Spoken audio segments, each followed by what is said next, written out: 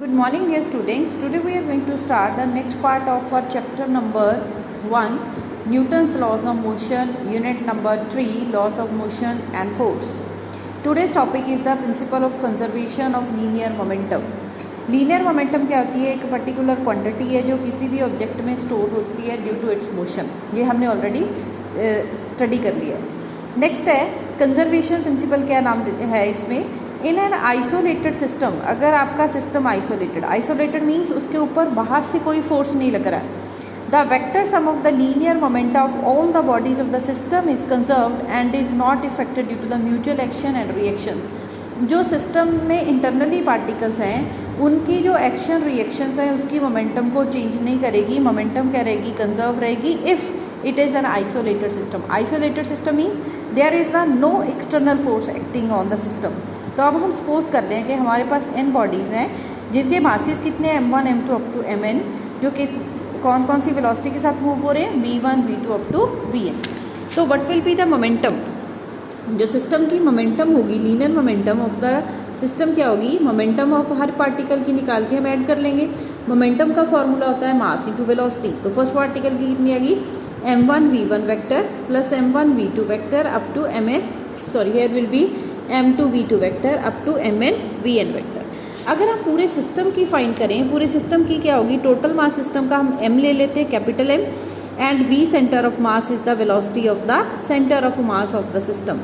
तो यहाँ से आपके पास p कितनी आएगी? Linear momentum, that is the m v centre of mass. Centre of मास हमने नेक्स्ट चैप्टर में पढ़ेंगे. यहाँ से सेंटर ऑफ मास बेसिकली होता क्या है? It is the point where the total mass of the system is suppose to be concentrated. So दोनों side differentiate करें, dp by dt d by dt of m v centre of mass, m a centre of mass. A centre of mass क्या है? आपके पास acceleration of centre of mass. तो Newton second law क्या बोलता है कि dp बाई dt क्या होगा? फोर्स होगा. F is equal to m a centre of mass. अब हम आइसोलेटेड सिस्टम की बात कर रहे हैं. In isolated system the force is zero, means dp by dt is equal to zero. This implies p will be constant. So जो उसकी momentum होगी दैट विल बी कांस्टेंट, और m1 v1 vector plus m2 v2 vector up to mn vn vector that is constant. This is the law of conservation of linear momentum. Next is the practical applications of principle of conservation of linear momentum. सबसे पहले आपके पास recoiling of gun. Recoiling of gun में क्या होता है कि when a bullet is fired from the gun, जब हम ट्रिगर दबाते हैं तो गन क्या है? बैकवर्ड डायरेक्शन में एक जर्क देती है. वो जर्क को क्या नाम देते हैं? कि जो गन है बैकवर्ड डायरेक्शन में मूव हो रही है उसको हम बोलते हैं रिकॉइलिंग ऑफ गन. अब हमने ये देखना है कि गन रिकॉइल क्यों हुई और वो कितनी वेलोसिटी के साथ रिकॉइल हो रही है. तो ये देखो, लेट अस सपोज हम मान लेते हैं कि m1 बुलेट का मास है, m2 गन का मास है, v1 वेलोसिटी ऑफ बुलेट है and v2 velocity of gun है. पहले तो रीज़न क्या है कि वो रिकॉइल क्यों कर रही है? इनिशियली जब तक आपने ट्रिगर नहीं दबाया था तब तक क्या हुआ? उस सिस्टम की जो मोमेंटम थी वो ज़ीरो थी. गन और बुलेट दोनों पे कहाँ पे थे? रेस्ट पे थे.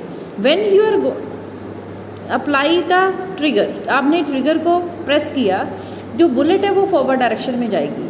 तो मीन्स जो उसमें से एक पार्टिकल निकल के आगे गया वो इसकी मोमेंटम आई.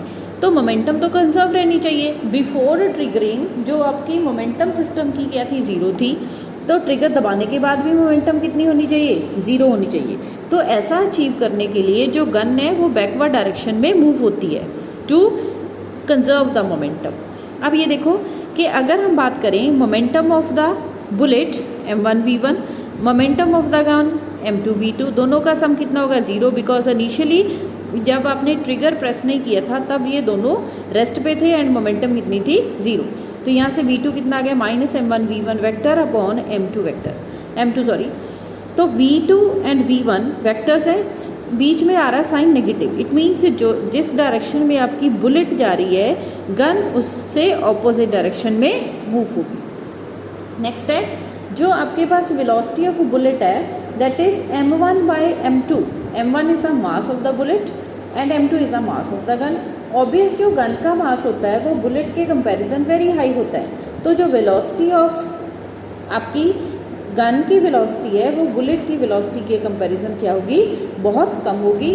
तो बैकवर्ड डायरेक्शन में क्यों जाती है गन आपकी, क्यों रिकॉइल होती है, to conserve the linear momentum. उसकी वेलोसिटी कम क्यों होती है, वो कम वेलोसिटी से पीछे को क्यों जाती है, क्योंकि जो उसकी वेलोसिटी है that is inversely proportional to the mass of the gun and mass of gun is larger, that's why V2 will be smaller. Now next example आपके पास, while firing the gun must be held tightly the shoulder, tightly to the shoulder। ये उसी ऊपर वाली explanation के base पे है कि अगर हमने फायर किया तो हमें एडवाइस दी जाती है कि गन को आपने टाइटली होल्ड करना है, नहीं तो आपके जो फ्रैक्चर हो सकता है शोल्डर में। तो वहाँ पे क्या होता है आपके पास, ये क्यों होता है, क्योंकि मोमेंटम कंजर्व करने के लिए जो आपकी गन है वो बैकवर्ड डायरेक्शन में मूव होती है। अगर बैकवर्ड डायरेक्शन में मूव होगी तो आपके शोल्डर को जर्क फील होगा। अगर आप मेंटली प्रिपेयर नहीं हो तो आपको वहाँ पे क्या हो सकता है, इंजरी हो सकती है। दैट्स वाई हम लोग क्या करते हैं, एडवाइस करते हैं कि when you are going to fire आपने गन को टाइटली होल्ड करना है। Flight of the rocket and the jet planes, जो जेट प्लेन्स और रॉकेट्स हैं वो कैसे फ्लाई करते हैं, वो भी क्या है, लीनियर मोमेंटम की कंजर्वेशन प्रिंसिपल पे डिपेंड कर रहा है। जैसे आपका रॉकेट अपवर्ड डायरेक्शन में मूव होता है तो उसकी चिमनी में से गैसेस क्या हैं, हाई स्पीड के साथ डाउनवर्ड आती हैं। तो मोमेंटम कंजर्व करने के लिए जो रॉकेट है वो क्या जाएगा, अपवर्ड मूव होगा। When a man jump out of the boat to the shore, जब आप बोट से बाहर निकलते हो तो जो आपके पास मोमेंटम, जो बोट है वो क्या कहाँ जाती है, पीछे को मूव होती है। तो वो क्यों होती है, टू कंजर्व द मोमेंटम।